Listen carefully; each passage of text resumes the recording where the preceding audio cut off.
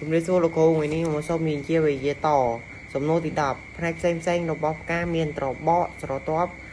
កេញតុងកេសរញីនិងកេញតុងកេសរឈ្មោលលេខ11កេសរញីមាន3ផ្នែកគឺ stigma oval និងទងនិងកកេសរញីហើយភាពស្អាតរបស់ stigma មាននទីជាទម្រក្រមអងកុំឲ្យជ្រុះសំណួរទី12ក្រមអងខ្ចីកកាត់នៅក្នុងក្រមអងមានកោសិកាមេច្រើនរងចំណែកមេយកបង្កើតបានជាស្ពរប្រចំនួន4ហើយស្ពរប្រចំនួន4នោះទៅធ្វើចំណែកជាមួយនឹងមីតោសបង្កើតបានជាក្រមអងខ្ចីហើយក្រមអងខ្ចីនឹងមានលវៃយោលូតលាស់និងលវៃយោបន្តពូជ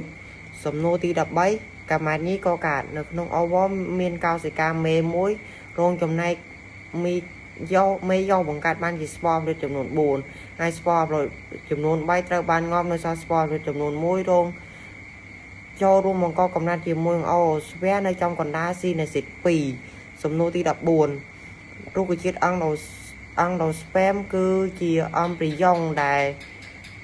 មាននាទីផ្ទុកអាហារអំប្រិយងសម្រាប់រុក្ខជាតិរហូតកូនរុក្ខជាតិរហូតវាអាចធ្វើរស្មីសំយោគបានដល់ខ្លួនឯង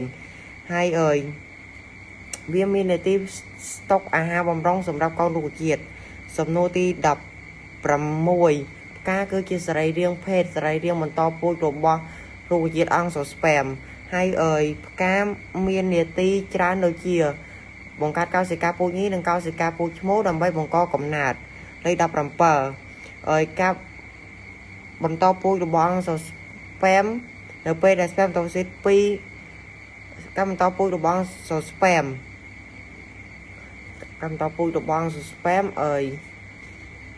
នៅពេលដែលក្រុមអង្គក្លែស្ទិកមកវាក៏ដុតពន្លុខ្លួនចាក់ដល់កេសរញីលវៃយោមួយក្នុងលវៃយោទាំងពីរហាក់បីដូចជាលូតលាស់ក៏លវាយបាត់ទៅវិញហើយលវៃយោមួយទៀតចូលរួមធ្វើចំណែកជាមួយមីតោសបង្កើតបានជាស្ពែមតូស៊ីត2ដែលមានផ្លាហ្សែនៅពេលដែ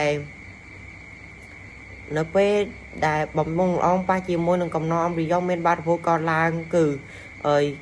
ស្ពែមតូស៊ីត1ក្នុងចំណោមស្ពែមតូស៊ីតទាំងពីរចូលរួមបង្កកំណើតជាមួយនឹងអូស្ពែមបង្កើតបានជាស៊ីកូតលូតលាស់ទៅអំប្រិយងហើយស្ពែមម៉ូស្តូស៊ីតមួយទៀតចូលរួមបង្កលលាយជាមួយនឹងវ៉ៃយ៉ូប៉ូឡែបង្កើតបានជាអាបូណែនភ្លីវ៉ូអ៊ីតដែលជាកន្លែងផ្ទុកអាហារអំប្រិយងសំណួរទី18រុក្ខជាតិអង្គសូស្ពែមមានប្រយោជន៍ដូចជាធ្វើគ្រឿងសង្ហារឹមធ្វើជាឱសថសម្រាប់ព្យាបាលជំងឺធ្វើជាកំណាត់ឬសរសៃអំបោះនិងធ្វើជាគ្រឿងសំណង់